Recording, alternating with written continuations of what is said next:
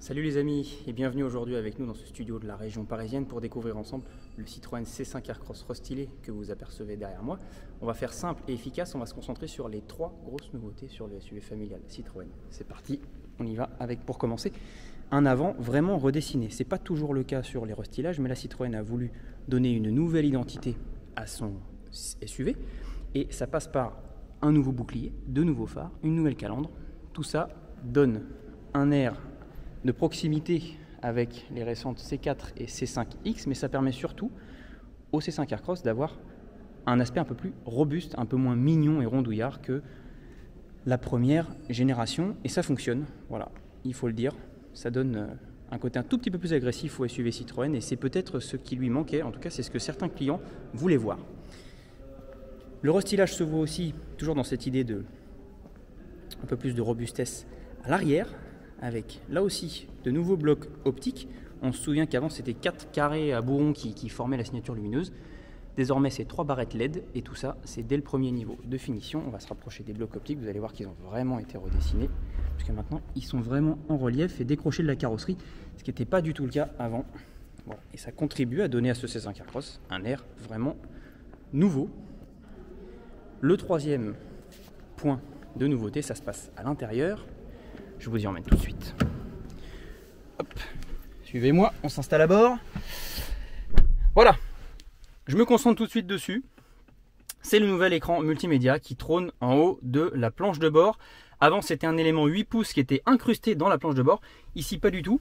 C'est un élément 10 pouces, format paysage, qui vient coiffer la planche de bord.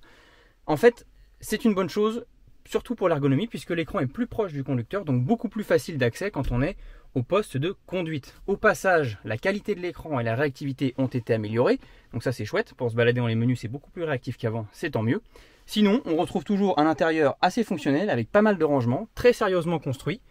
Derrière le volant, une dalle digitale de 12,3 pouces en guise de tableau de bord. Et ici, toute petite nouveauté aussi, un nouveau levier de boîte de vitesse.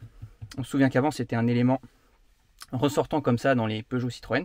C'en est fini désormais, c'est remplacé par cette petite targette qu'on a déjà vu aussi sur les 308 et C4. Donc la fonctionnalité y gagne, puisque désormais on a une surface plane et avec la possibilité de poser des objets un peu à droite à gauche, donc ça c'est pratique. Évidemment ça ne concerne que les boîtes automatiques, puisque la version à boîte mécanique est toujours disponible et le levier de vitesse vient trôner au milieu de la console centrale.